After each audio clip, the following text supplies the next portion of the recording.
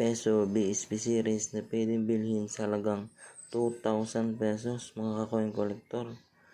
Ang hinahanap ko po ay yung 10 peso BSP series na year 2002. Ito po, kung mapapansin niyo po ito, yung kulay dilaw po sa gitna ay nasa pantay po siya. At ang hinahanap po natin ay yung year 2002 po na error coin mga ka-coin collector. Tingnan nyo po yung litrato niya sa itaas. Kung mapapansin nyo po, check nyo pong maigi yung litrato sa bandang itaas. Ayan po. Tingnan nyo po kung hindi po pantay ang pagkakaprint niyan. Mas lamang po yung dito po sa itaas. Mas lamang ito. Hindi po siya pantay yung kulay dilaw niya.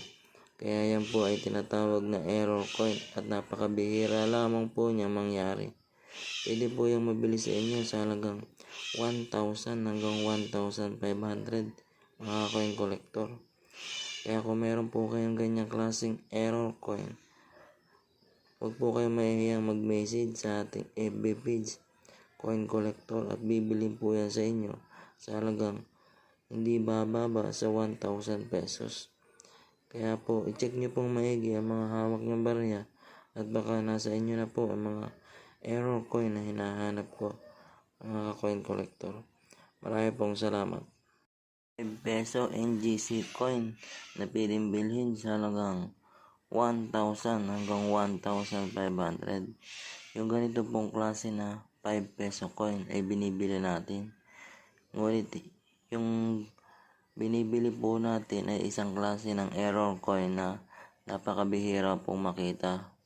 At ito nga po ay napaka-rare sapagkat kukunti lamang po ang napoproduce nito. Siguro po 1 peraso sa loob ng 1,000 na barya.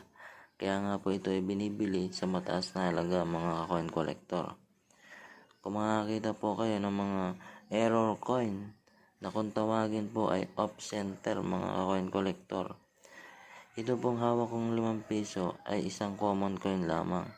Ang hinahanap ko po ay yung error coin na off center mga coin collector. Tingnan nyo po ang picture sa bandang itaas nito ang ating hawak na barya. Ayan po, sa bandang itaas po. Makikita nyo po, yan po ay error. At halos mahati na nga po sa gitna ang pagka-error coin yan mga coin collector. Halos nasa sa gilid lang.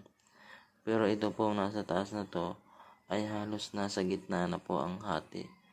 Kaya po yan ay mabibili natin sa halagang 1,000 hanggang ito po ay pwedeng bilhin natin sa halagang 1,000 hanggang 1,500. Kung makakita po kayo ng mga ganyang klaseng error coin na off center mga coin collector.